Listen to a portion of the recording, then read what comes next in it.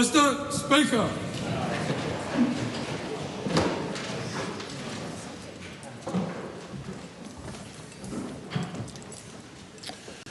E tātua kaharawa, ka tuku whakamoemeti atu mātou mona karakia ko waiho tia mai ki runga ia mātou. Ko waiho i o mātou pānga whaioro katoa ki te taha, ka mihi mātou ki te kingi me te inoi atu, mō te arihitanga i roto i o mātou whakaaroarohanga. Kia mohi ai, kia whakaiti ai tā mātou whakahaere i ngā take o te whare nei. Mō te oranga, te maungarunga me te aroha o Aotearoa, āmene. I invite Chloe Swarbrick to withdraw and apologise for an offensive comment made in the House yesterday. I won't be doing that, Mr. Speaker. Then the member will leave the House.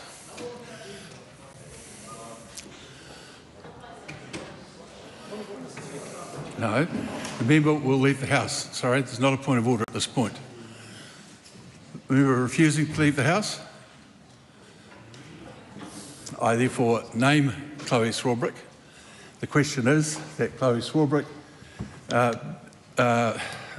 Chloe Swarbrick be named. Those in favour will say aye. Aye. The contrary? No. The ayes have it. The party vote is called for. New Zealand National. 49 votes in favour. New Zealand Labour. 34 votes opposed. Green Party of Aotearoa, New Zealand. 15 votes opposed. ACT New Zealand. 11 votes in favour. New Zealand First. 8 votes in favour. Te Pāti Māori. 5 votes opposed.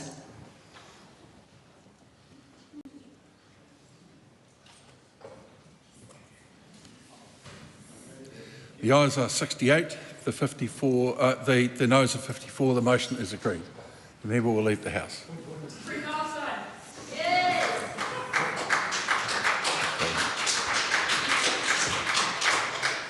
A point of order, the Right Honourable Chris Hipkins. Mr. Speaker, 2 points of order, but I think perhaps the first is the one that most urgently needs to be addressed as to what the House has just voted on.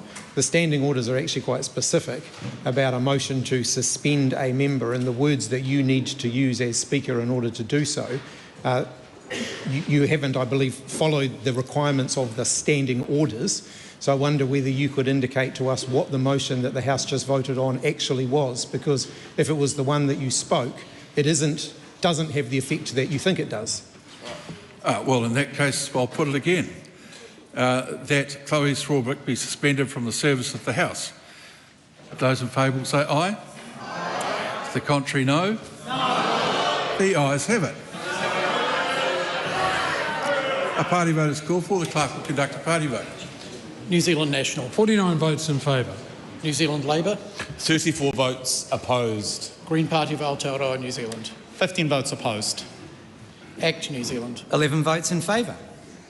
New Zealand First. 8 votes in favour. Te Pāti Māori. 5 votes opposed.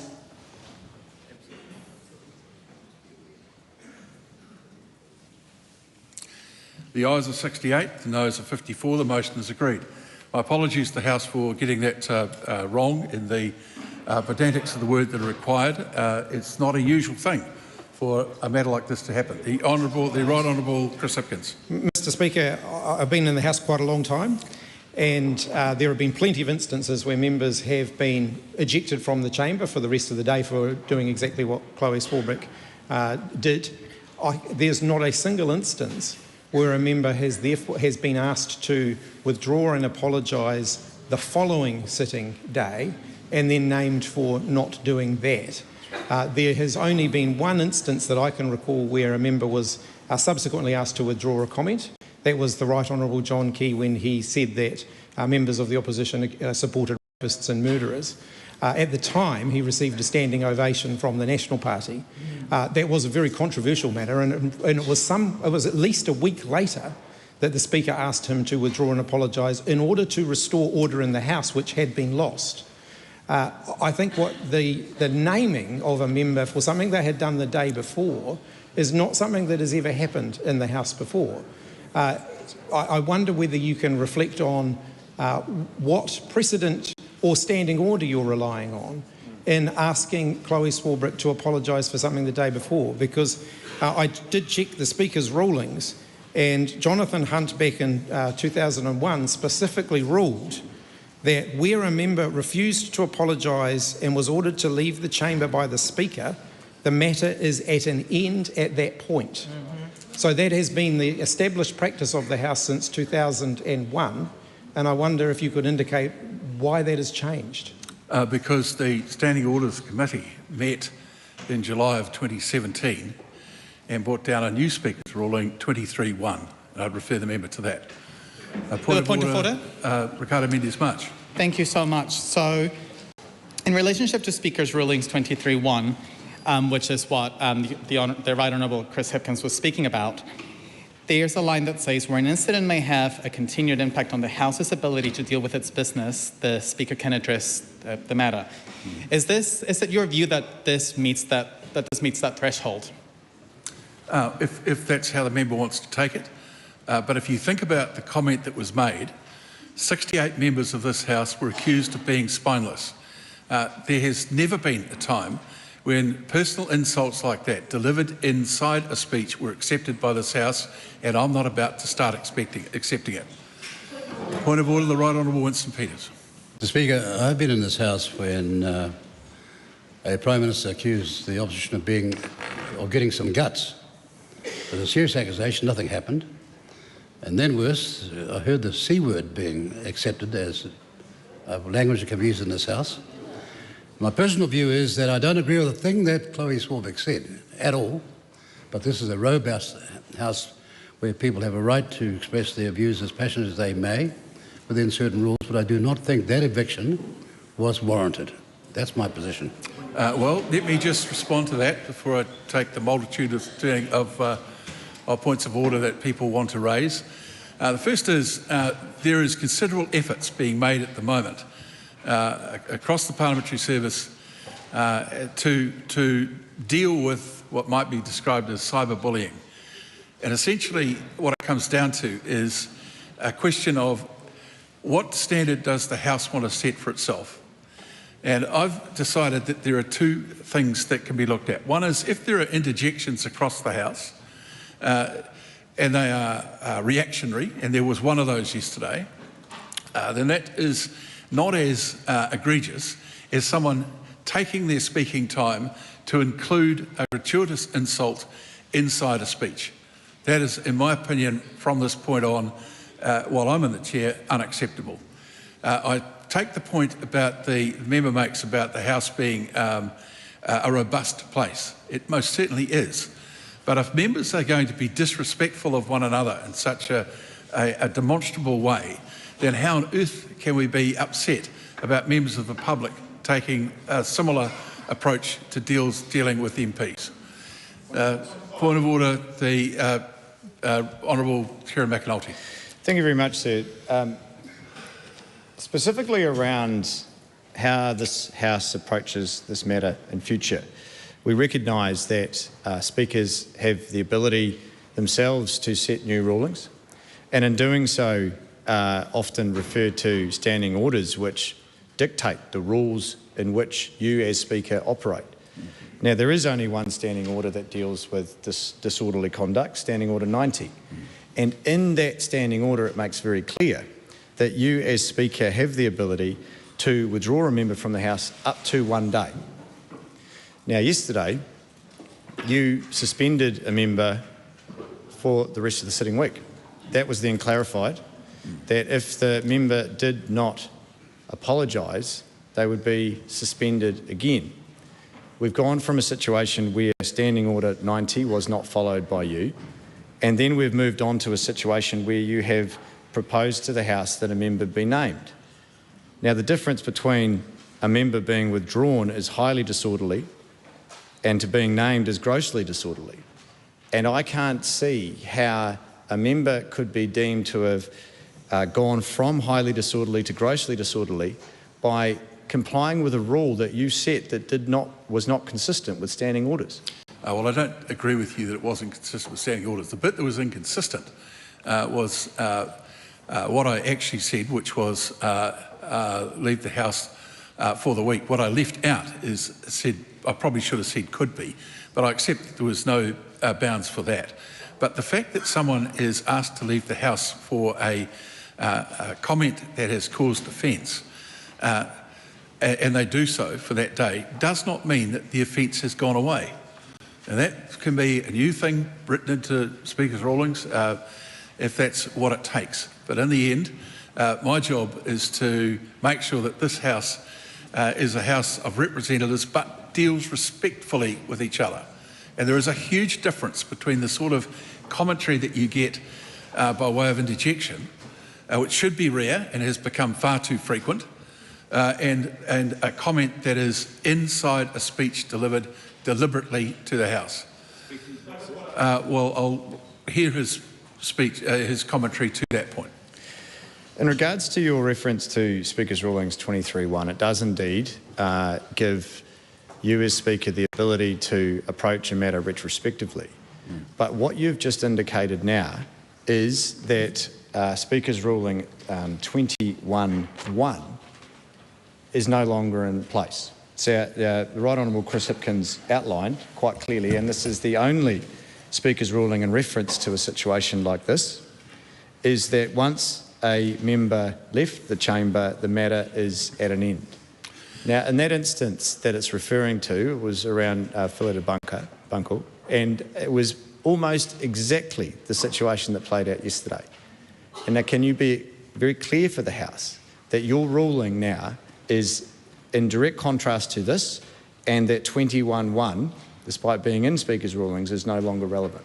Well, it's interesting. You may point out a contradiction inside Speaker's rulings. That 23.1 was brought down by the Standing Orders Committee, so it was clearly considered. And if there had been a contradiction, I'm sure they would have recognised it at the time. Ricardo Mendes March.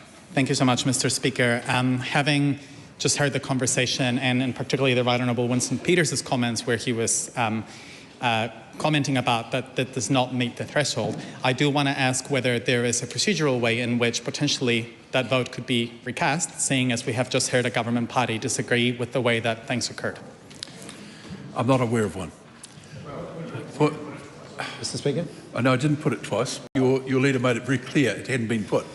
The Right Honourable Chris Hipkins. Mr. Speaker, I was on the Standing Orders Committee when the ruling that you've just relied on was made, and I supported that ruling being made, and I actually do support the underlying, I guess, tone of the ruling that you're trying to make today around the need to increase the tone of some of the language in the House and the broader effect that has on the public tone of debate around politics.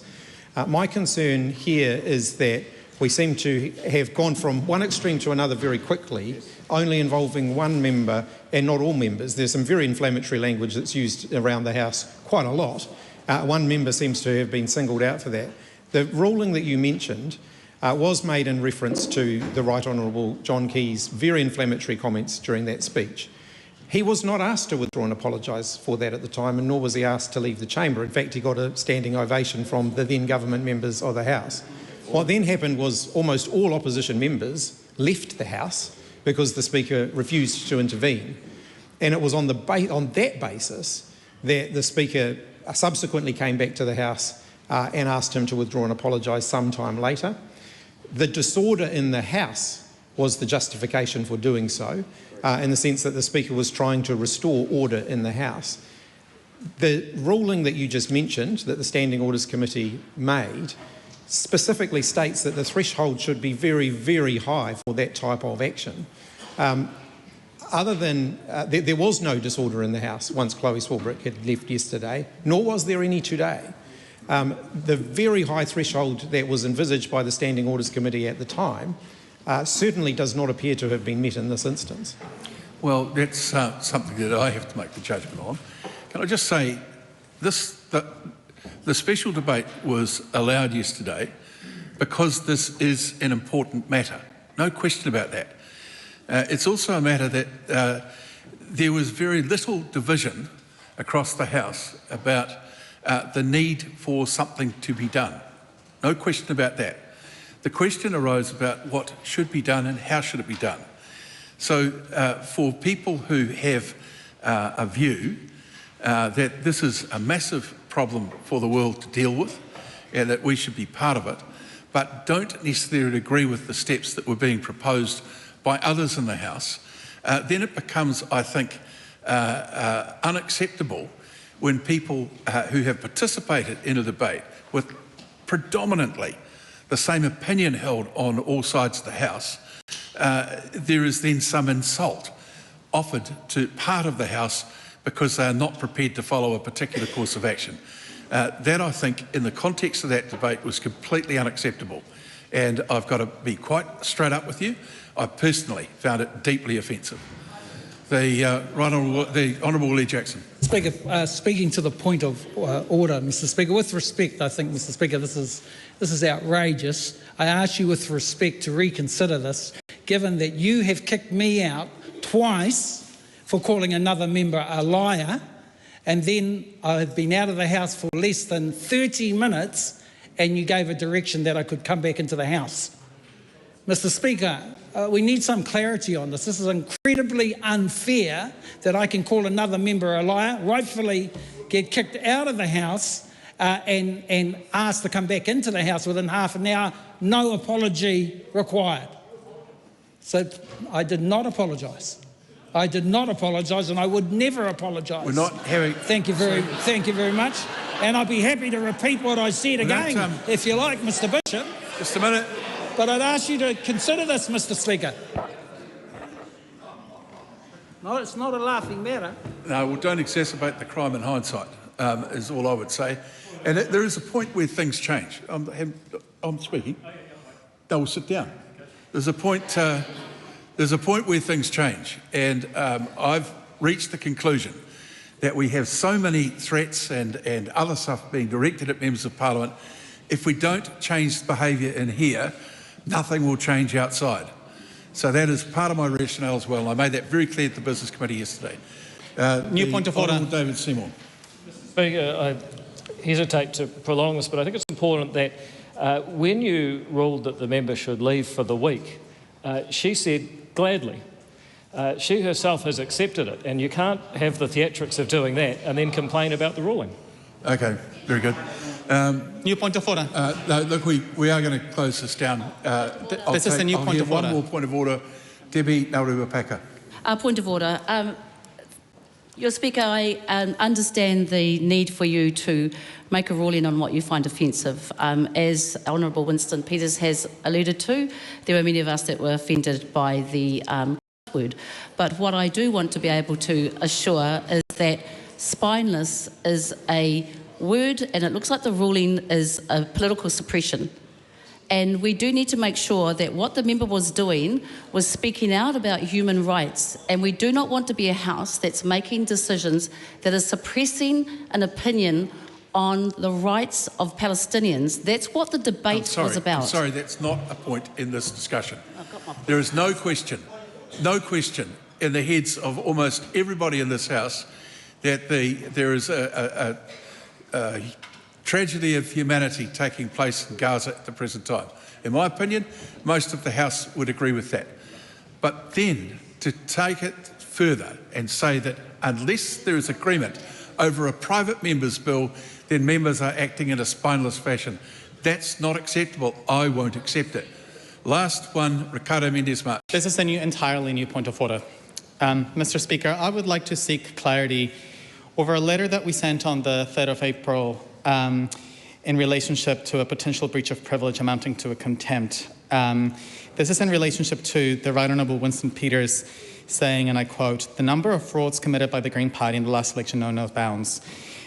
We haven't had any resolution or communications in relationship to the outcome of this. And I raise this because I have concerns over the speed in which rulings like this ones are made and the harsh consequences that come with it over, for example, quite serious and, in my view, obvious breaches of the rules in the House that can be left unresolved for months. Two very different matters. One was here in the House, the other was retrospectively referring to a matter in the House. And also I will take particular responsibility for ensuring that that matter has had the due action and should have been conveyed to you. I think I have actually done something with it. It may not have made its way to you. My apologies for that. A new point of order? Go. Dr. Lawrence Sunan. Thank you, Mr. Speaker. I want to seek clarification from you regarding the decision you just made. No, well, that's not a new point of order. No. The point of order is around the interaction between Standing Orders 92, 94 and 90. The suspension of a member is under Standing Orders 92. Sorry, the member will resume his seat. The matter is dealt with. We come now to oral questions. The first in the name of... Oh, sorry, we're not there yet. We'll have petitions. Petition of Sher Singh requesting that the House urge the Government to lower the English language requirements for transport sector workers seeking permanent residence. That petition stands referred to the Petitions Committee.